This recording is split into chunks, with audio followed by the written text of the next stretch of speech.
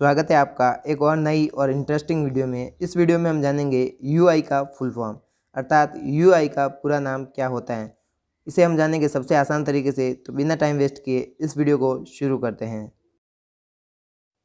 UI full form, तो you user, I interface. तो UI का फुल फॉर्म हो जाएगा यूज़र इंटरफेस।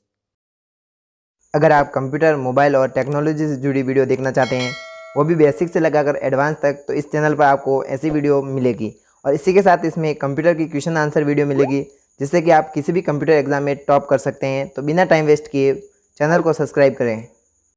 वीडियो पसंद आने पर लाइक शेयर ज़रूर करें और कमेंट करके बताएं कि वीडियो आपको कैसा लगा। इसी के साथ इस चैनल पर आपको मिलेगी कंप्यूटर, टेक्नोलॉजी और मोबाइल से जुड़ी हुई वीडियो। इसी के साथ कंप्यूटर की क्वेश्चन आंसर वीडियो, जो कि आपको हर कंप्यूटर एग्जाम में टॉप करवाएगी। तो तब तक के लिए सीखते रहिए ऐसा इंडिया के साथ। वीडियो देखने के लिए आपका दिल से धन्यवाद।